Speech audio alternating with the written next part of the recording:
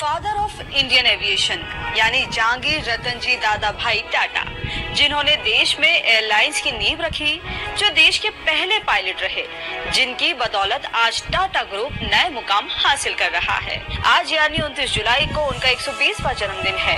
कैसे उन्होंने भारत में एयरलाइन शुरू की और कैसे वो टाटा ग्रुप का हिस्सा बने, कुछ ऐसे ही खास किस्से जानते हैं। जहांगीर रतन जी दादा भाई टाटा यानी JRD टाटा का जन्म 29 जुलाई 1904 को पेरिस में हुआ था। उन्होंने फ्रांस, जापान और इंग्लैंड से पढ़ाई की, यहाँ तक कि फ्रेंच आर्मी में वो 1 साल तक रहे।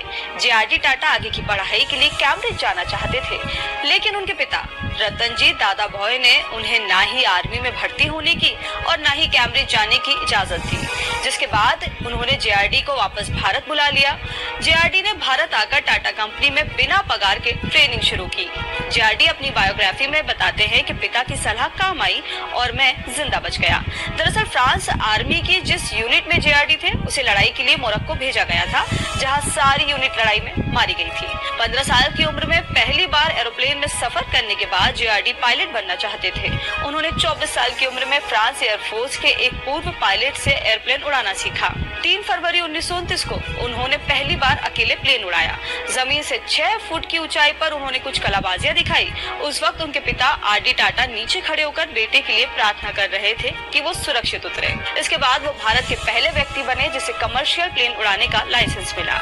उनका सीरियल नंबर 1 था, लेकिन JRD को फ्लाइंग क्लब से प्लेन किराए पर लेना महंगा पड़ रहा था। इस कारण ट्रेनिंग के 3 महीने बाद मई 1929 में वो एक प्लेन खरीदने लंदन पहुंचे, जहां 1200 यूरो देकर उन्होंने एक प्लेन खरीदा और अक्टूबर 1932 में उन्होंने अपनी टाटा एयरलाइंस की शुरुआत की। इस बिजनेस को शुरू करने के लिए उन्होंने टाटा ग्रुप के चेयरमैन दोराबजी टाटा से 2 लाख रुपए मांगे थे, जिससे दोराबजी ने देने से इनकार कर दिया था, लेकिन बाद में जॉन पीटरसन के कहने पर वो मान गए थे। JRD अपनी बायोग्राफी में बताते हैं कि जब इस बिजनेस को शुरू किया तो हमारे पास एयरपोर्ट तो दूर की बात है, कोई उपकरण तक नहीं थे। हम जू में एक मिट्टी के मैदान का इस्तेमाल करते थे। JRD ने 15 सितंबर 1932 को टाटा ग्रुप की एयरलाइंस का उद्घाटन करने का दिन फिक्स किया था, लेकिन कीचड़ के चलते उन्हें 15 अक्टूबर को उद्घाटन करना पड़ा। अपनी पहली एयरलाइन की पहली फ्लाइट JRD टाटा ने ही उड़ाई थी। उड़ान का रूट कराची, अहमदाबाद, मुंबई रखा गया था।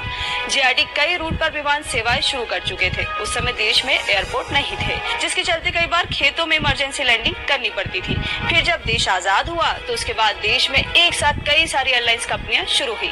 सरकार ने 1952 में सभी कंपनियों का राष्ट्रीयकरण कर दिया। JRD टाटा और जगजीवन राम के साथ बैठक हुई थी, तो उन्होंने बताया लगता है एयरलाइन चलाना इतना आसान है जैसे आप मंत्रालय चाहते हो।